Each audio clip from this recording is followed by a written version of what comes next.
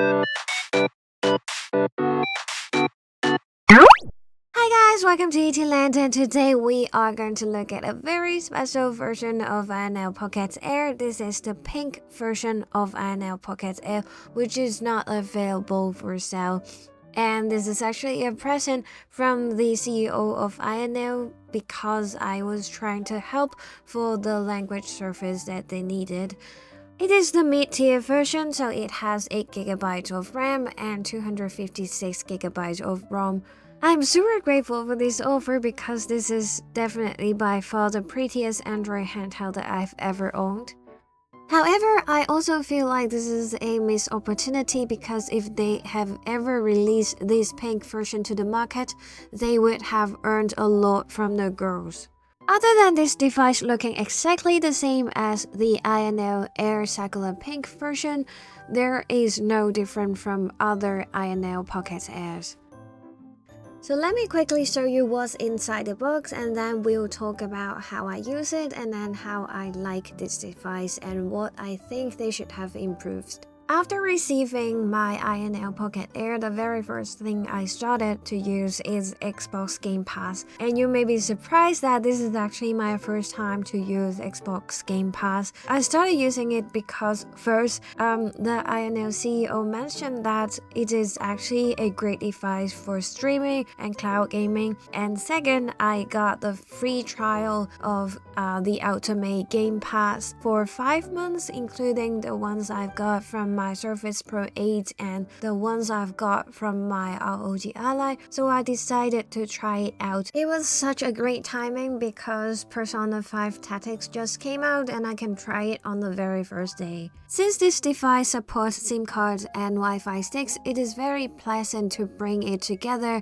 during travels because the connectivity is just super good. This footage was taken during my trip to Kanazawa, and that was a 2-day trip, so I didn't bring much along with me, and this was just about the right size that can fit my pocket. And I also brought it to my another trip to Tokyo. It was a 1-day trip and it was super nice because I can also use the hotel's Wi-Fi for streaming. To my 100% honesty, I still think the ROG Ally is the best handheld that I've ever had, and I still play it every day.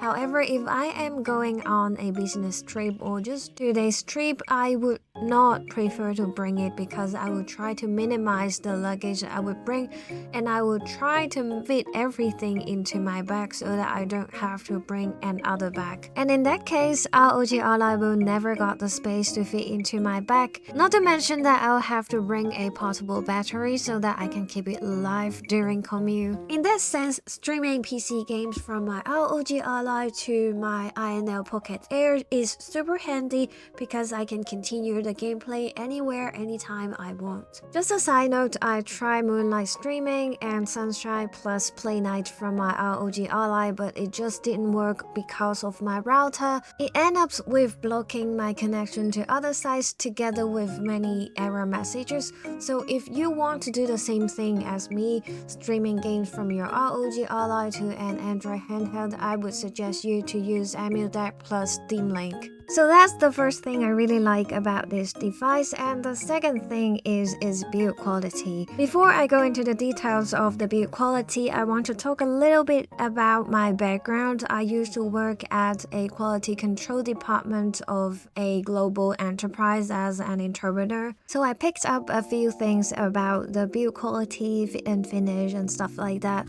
and I am kind of picky about these. When it comes to hardware, most of the time AYANEO nails it, and I really love how they make the D-pad because the hardness of the D-pad is just perfect and it is very responsive. And of course, their Hall sensing joysticks and Hall sensing triggers are super comfortable to press and use. Unlike the Nintendo Switch Lite being super flat at the back, the AYANEO Pocket Air has grips at the back, which is suitable for girls with small hands like me. The vibrant OLED screen is another thing that I love a lot on the Pocket Air. Last but not least, I gotta say this thing is powerful enough to handle 3DS at 3x resolution. So yeah, it's very powerful to handle up to 3DS and PS2, PS Vita.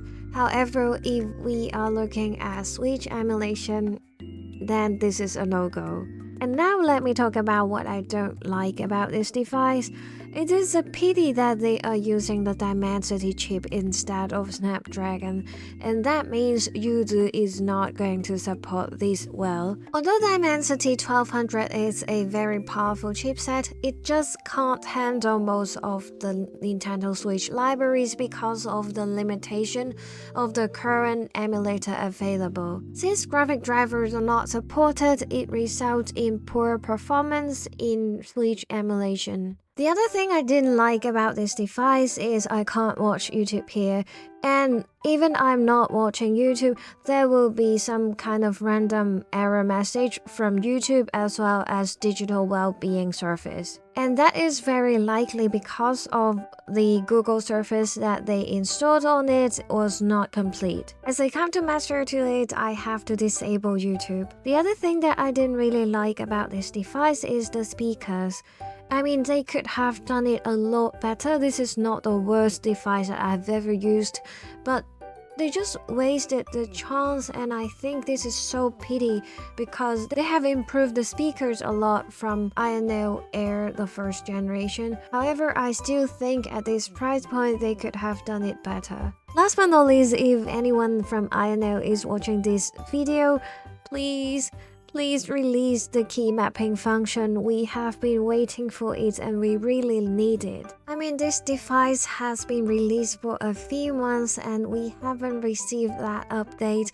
This is harming the trust to your company. So yeah, I think that's pretty much all of what I like and I don't like about this device. So I want to wrap up this video here. First of all, I'm super grateful to the offer from the CEO of AYANEO. This is such a beautiful and important gift to me. However, I do not want to have any bias towards this particular model, and I don't want to hide anything that I think it is not good from any of my audience. Despite all the shortcomings I just mentioned, I really love this device, and in fact this is my favorite Android device right now. I use it every day and I bring it outside of home.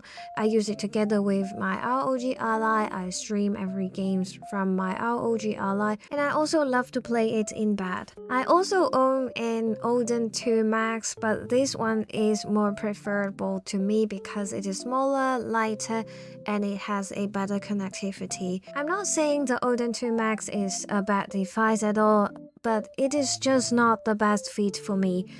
When I look at the Switch emulation on Odin 2 Max, of course it cannot handle a lot of them, and there are many hiccups that make me very frustrated. So I decided to stream my Switch games from my ROG Ally to the Odin 2 Max, which eventually Switch emulation doesn't matter anymore. And if Switch emulation doesn't matter anymore, I would prefer the form factor of AYANEO Pocket Air instead of Odin 2 Max. In the end, this is just a personal preference, there is no right or wrong, but yeah, that's pretty much about how I think about the AYANEO Pocket Air.